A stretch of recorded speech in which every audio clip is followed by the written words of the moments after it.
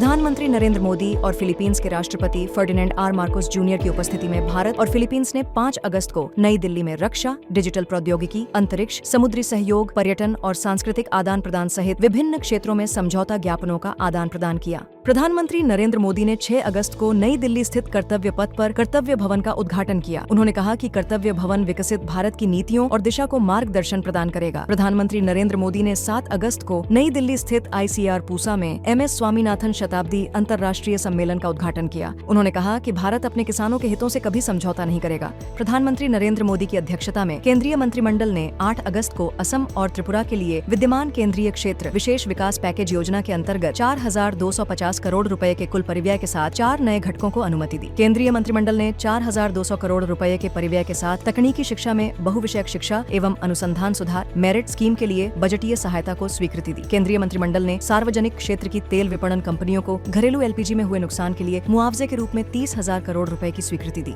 केंद्रीय मंत्रिमंडल ने प्रधानमंत्री उज्ज्वला योजना के उपभोक्ताओं के लिए 2025-26 तक 12,000 करोड़ रुपए की लक्षित सब्सिडी जारी रखने को स्वीकृति दी। केंद्रीय मंत्रिमंडल ने 2,157 करोड़ रुपए के परिव्यय के साथ हाइब्रिड एन्युटी मोड पर तमिलनाडु में 4 लेन मरक्कनम पुडुचेरी राजमार्ग NH 332A के निर्माण को भी स्वीकृति दी।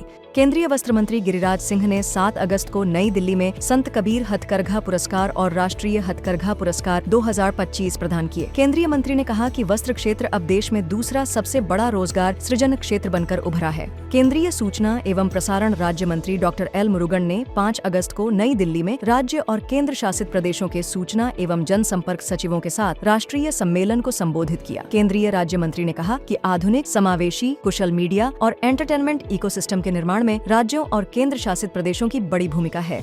भारतीय रिजर्व बैंक की मौद्रिक नीति समिति ने रेपो दर को 5.5% पर अपरिवर्तित रखा। RBI ने वित्त वर्ष 2026 के लिए सकल घरेलू उत्पाद की वृद्धि दर के अनुमान को 6.5% पर बरकरार रखा।